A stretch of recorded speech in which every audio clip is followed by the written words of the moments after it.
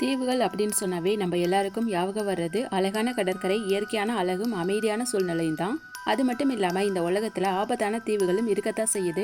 இந்த தீவுகள்ல அமானுஷ்யமா வெறும் பொம்மைகள் மட்டும்தான் வாழ்ந்துட்டு இருக்கான். இந்தியால இருக்கக்கூடிய ஒரு தீவுல எந்த மனிதனுமே இது வரைக்கும் போயிட்டு திரும்பி வந்ததே கிடையாதான். இந்த மாதிரி தீவுகள் நம்ம உலகத்துல நிறைய இருக்கத்தான் செய்யுது. அதுல இருக்கக்கூடிய 10 தீவுகளை பத்தி இந்த வீடியோல தெளிவா தெரிஞ்சுக்கலாம்.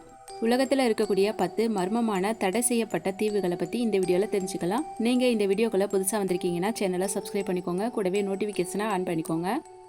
யூகேல கென்ட் பகுதியில் அமைஞ்சிருக்கக்கூடிய இந்த குறிப்பிட்ட இந்த சிறிய தீவுல தான் 200க்கும் மேற்பட்ட மண்டையோடுகளும் எலும்புக்கூடுகளையும் கண்டுபிடிச்சு எடுத்திருக்காங்க. இதற்கு காரணம் பல நூற்றாண்டுகளுக்கு முன்னாடி ப்ரீசன் கல்க் அப்படின்னு சொல்லக்கூடிய ஒரு மிகப்பெரிய கப்பலை இவங்க சிறைச்சாலையா மாத்தி அதற்குள்ள 200க்கும் மேற்பட்ட கைதிகளை அடைச்சு வச்சிருந்திருக்காங்க.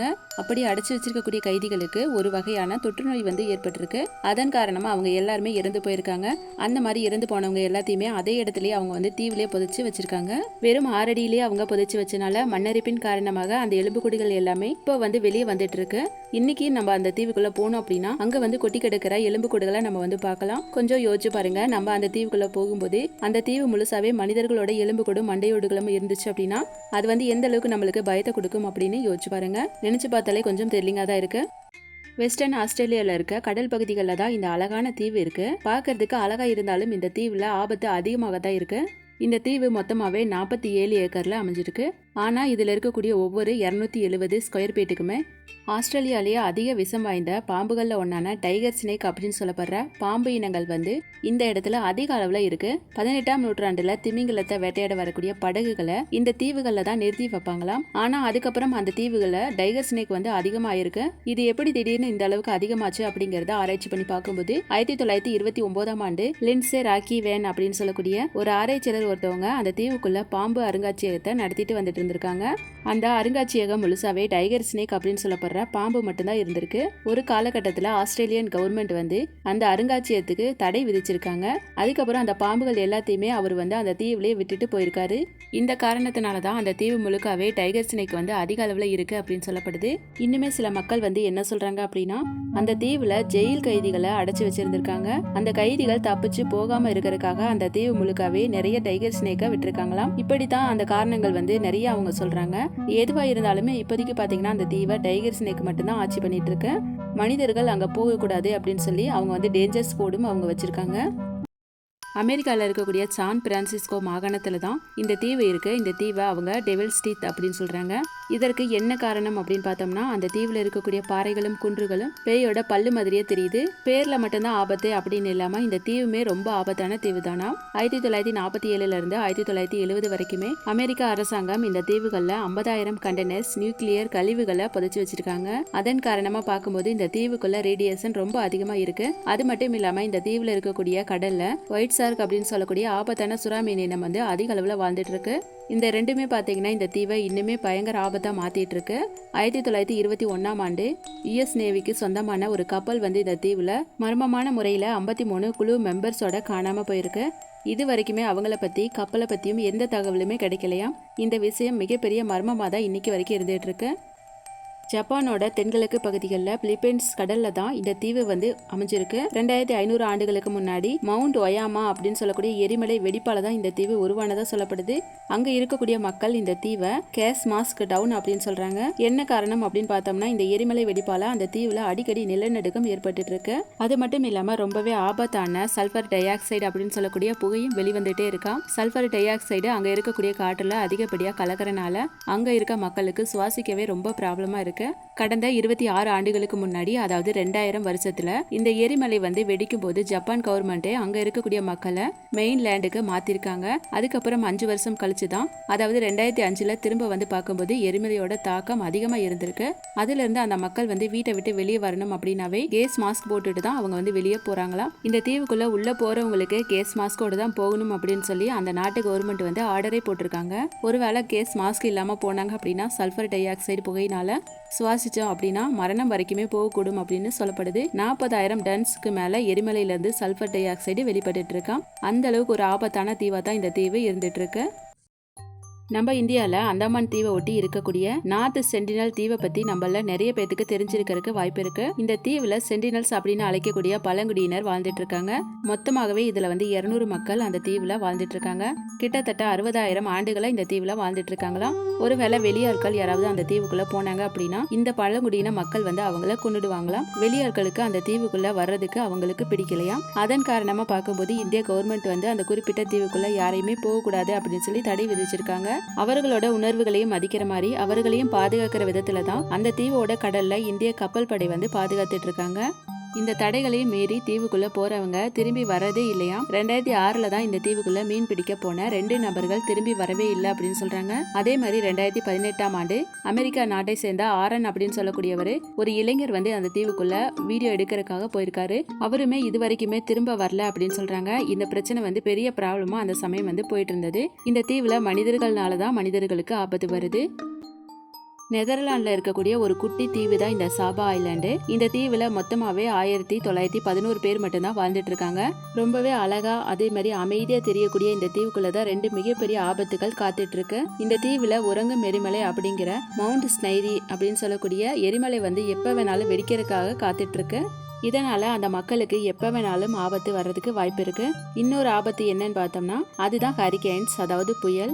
இந்த தீவுக்கு அவங்க கரிக்கைன் ஐலாண்ட் அப்படின்னு கூட இன்னொரு பேர் வச்சிருக்காங்க. சொல்லணும்னா வரலாற்றிலேயே அதிக அளவு கரிக்கைன்ஸால பாதிக்கப்பட்ட தீவுமே இந்த தீவு ஒன்னா இருக்கு. கடந்த 100 ஆண்டுகள்ல மட்டுமே 4 கேட்டகரியை சேர்ந்த 5 கேட்டகரியை சேர்ந்த கரிக்கைன்ஸ் புயல் இந்த தீவை 21 தடவை தாக்கி அழிச்சதா சொல்லப்படுது. இவ்வளவு ஆபத்து இருந்துமே இந்த தீவுல இருந்து அந்த ஊர் மக்கள் வெளியே போகாம அங்கேயே தான் வாழ்ந்துட்டு இருக்காங்க.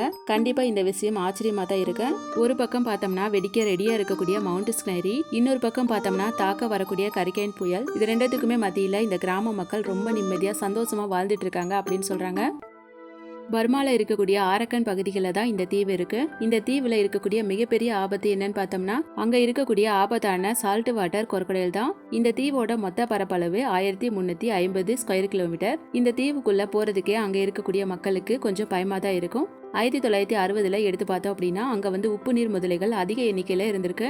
1980 எடுத்து பார்த்தோம்னா எண்ணிக்கை கணிசமா குறைஞ்சு போயிருக்கு. 2ஆம் உலக போர்ல பிரிட்டிஷ் ஆர்மி கிட்ட இருந்து ஆயிரக்கணக்கான ஜப்பான் நாட்டை சேர்ந்த ராணுவத்தினர் இந்த வழியா தப்பிச்சு போயிருக்காங்க. அந்த மாதிரி அவங்க தப்பிச்சு போகும்போது இந்த தீவுல இருக்கக்கூடிய முதலைகள்கிட்ட மாட்டி நிறைய பேர் இறந்து போனதா சொல்லப்படுது. அதுல 20 பேர் மட்டும்தான் அங்க இருந்து உயிரோட தப்பிச்சிருக்காங்க அப்படின்னு சொல்றாங்க. இந்த ஒரு நிகழ்வு வரலாற்றுல மிருகங்கள்னால மனிதர்களுக்கு நடந்த பேராபத்து அப்படின்னு சொல்லி கின்னஸ் வேர்ல்டு ரெக்கார்ட்லயும் இடம் பிடிச்சிருக்கு. இன்னுமே சில கருத்துக்கள் என்ன சொல்றாங்கன்னா 20 பேர் மட்டும்தான் முதலைகள்னால இறந்தாங்களாம். மீதி இருந்தவங்க எல்லாமே நோய் தொற்றுனாலதான் இறந்து போனாங்க அப்படின்னு சொல்லப்படுது. சவுத் மெக்சிகோல அமைஞ்சிருக்கக்கூடிய ஒரு அமானுஷ்யமான தீவு தான் இந்த தீவு. இந்த தீவுக்கு போகணும் அப்படின்னாவே நம்மள பயமுறுத்தக்கூடிய மாதிரியான பொம்மைகள் நிறைய இருக்கு. இந்த மாதிரி பொம்மைகள் அந்த தீவு முழுக்கவே காணப்படுது. இந்த பொம்மைகள் எல்லாம் இங்க எப்படி வந்தது அப்படிங்கிற கேள்விதான் நமக்கு தோணும். இந்த தீவுல வாழ்ந்துட்டு இருந்த ஒரு சிறுமி இறந்து போயிருக்காங்க. அந்த சிறுமியோட ஆவிதான் இந்த தீவுக்குள்ள வாழ்ந்துட்டு இருக்கு அப்படின்னு சொல்றாங்க. அது மட்டும் இல்லாம இன்னொரு ஆச்சரியமான விஷயம் என்னன்னா அந்த தீவை பராமரிக்கக்கூடிய டான் ஜூலியன் சாண்டனா பரேரா அப்படின்னு சொல்லக்கூடிய ஒரு நபர் கடந்த 50 வருஷமா அந்த தீவுல தனியா தான் வாழ்ந்துட்டு இருந்திருக்காரு. அவர் தான் அந்த தீவு முழுக்கவே இப்படி பொம்மைகளை கட்டி தொங்க விட்டுருக்காராம். சிறுமியோட ஆவிகிட்ட இருந்து தப்பிக்கணும் அப்படின்னு சொல்லி குழந்தைகளுக்கு பிடித்த மாதிரியான பொம்மைகளை கட்டி விட்டுருக்காரு அப்படின்னு சொல்றாங்க. இனிமே பாத்தீங்கன்னா நிறைய பேர் என்ன சொல்றாங்கன்னா அந்த சிறுமி இறந்த இடத்துல தினமும் அவருக்கு ஒரு பொம்மை கிடைக்குமா, அதை தான் அவர் எடுத்து இந்த மாதிரி கட்டி வச்சிருக்காரு அப்படின்னு சொல்றாங்க. அதுக்கப்புறம் 2001ஆம் ஆண்டு அந்த சிறுமி இறந்த இடத்துலயே அந்த நபரும் இறந்து போயிருக்காரு. அதுக்கப்புறம் தான் இந்த தீவு ரொம்பவே ஃபேமஸ் ஆயிருக்கு. என்ன இருந்தாலும் அந்த அமானுஷ்யமான தீவுக்குள்ள போறதுக்கு எல்லாருக்கும் கொஞ்சம் பயம் இருக்கதான் செய்யும். பிரேசில்ல இருக்கக்கூடிய இந்த ஸ்னேக் ஐலாண்டை பத்தி நம்மள நிறைய பேருக்கு தெரியறதுக்கு வாய்ப்பு இருக்கு. 103 ஏக்கர்ஸ் பரப்பளவுல இந்த தீவு மொத்தம் 4,30,000 பாம்புகள் கொண்டதா இருக்கு. இந்த தீவுல ஒவ்வொரு ஸ்கொயர் ஃபீட்டுக்குமே ஒரு பாம்பா நம்ம பார்க்கலாம். இதுல இருக்கக்கூடிய மிகப்பெரிய ஆபத்து என்னன்னு பார்த்தோம்னா அதிக விஷத்தன்மை கொண்ட பிட் வைப்பர் இனமான golden lance headed pit viper அப்படின்னு சொல்லக்கூடிய அதிக விஷத்தன்மை கொண்ட பாம்புகள் இந்த இடத்துல அதிகமா வாழ்ந்துட்டு இருக்கு. பல 100 ஆண்டுகளுக்கு முன்னாடி பிரேசில்ல இருக்கிற சவுபோலோ அப்படின்னு சொல்லக்கூடிய நகரத்துல ஒரு அங்கமா தான் இந்த தீவு இருந்திருக்கு. அதுக்கப்புறம் கடலோட நீர்மட்டம் அதிகமானனால இந்த பகுதி ஒரு தீவா மாறி இருக்கு. இந்த ஒரு காரணத்தினாலதான் அங்க வாழ்ந்துட்டு இருந்த அந்த பாம்புகள் எல்லாமே வெளியேறி போக முடியாம அந்த தீவுலயே வாழ ஆரம்பிச்சிருக்கு. அந்த தீவை அதுங்களுக்கு ஏத்த மாதிரியே மாத்தி அமைச்சிருக்கு. இந்த தீவுக்குள்ள போறதுக்கு பிரேசில் நேவிக்கு மட்டும்தான் அனுமதி இருக்கா. வேற யாருக்குமே போறதுக்கு அனுமதி இல்லை அப்படின்னு சொல்லப்படுது. தீவு முழுசாவே கால் வைக்கிற இடமெல்லாம் பாம்பா இருக்கும்போது அவங்க அனுமதி கொடுத்தா கூட யாரும் போக மாட்டாங்க. இத்தாலி வினிஸ் நகரத்துக்கு பக்கத்துல இருக்கக்கூடிய இந்த தீவுக்கு பொவேகிலியா கேண்டட் ஐலண்டுன்னு சொல்லி ஒரு பேர் இருக்கு. அதாவது பேய் தீவு அப்படின்னு சொல்லி பேர் வச்சிருக்காங்க. இந்த தீவுக்கு அவங்க அந்த பேர் வைக்கிறதுக்கு காரணமே ஒரு வரலாறு இருக்கு. கிபி 421 முதல்ல அவங்க அதிக அளவு மக்கள் அங்க வாழ்ந்துட்டு இருந்ததா சொல்றாங்க. ஆனா 1379ஆம் ஆண்டு நடந்த போர்னால அங்க இருந்த மக்கள் வெளியேறி போயிருக்காங்க. அதுக்கப்புறம் 1776ஆம் ஆண்டு பிளேக் நோயினால பாதிக்கப்பட்ட லட்சக்கணக்கான மக்களை இந்த தீவுக்குள்ள தான் குவாரண்டைன் பண்ணியிருக்காங்க. அதுல இறந்து போன 1,00,000 மக்களை இந்த தீவுக்குள்ளேயே புதைச்சிருக்காங்க. அதுக்கப்புறம் 1922ஆம் ஆண்டு இந்த ஒரு இடத்த மனநோய் மருத்துவமனையா மாத்திருக்காங்க. அங்க இருந்த ஒரு டாக்டர் அங்க இருந்த நோயாளிகள் மேல ஒரு ஆராய்ச்சி நடத்தியிருக்காரு. அதன் பாதிப்பா பார்க்கும்போது அங்க இருந்த நோயாளிகள் நிறைய பேர் இறந்து போயிருக்காங்க. அந்த மாதிரி இறந்து போன நோயாளிகளின் ஆவிகள் இன்னுமே அந்த இடத்துல வாழ்ந்துட்டு இருக்கிறதா சொல்லப்படுது. பல மர்மமான விஷயங்கள் அந்த ஆவிகள்னால நடந்ததா சொல்லப்படுது. அதன் காரணமா இப்ப அந்த தீவுக்குள்ள யாருமே வாழ்றது கிடையாதாம். இப்ப பார்த்தா கூட அந்த ஹாஸ்பிட்டல் அங்கேயே தான் இருக்காம். இந்த அளவுக்கு மர்மமான இந்த பேய் தீவுக்குள்ள மக்கள் யாருமே போறது இல்லையா. இந்த வீடியோ உங்களுக்கு பிடிச்சிருக்குன்னு நினைக்கிறேன். பிடிச்சிருந்துச்சுன்னா ஒரு லைக் கொடுங்க. இதே மாதிரி இன்ட்ரெஸ்டிங்கான வீடியோக்கு இந்த சேனலை சப்ஸ்கிரைப் பண்ணிக்கோங்க. அடுத்த வீடியோவில் சந்திக்கலாம்.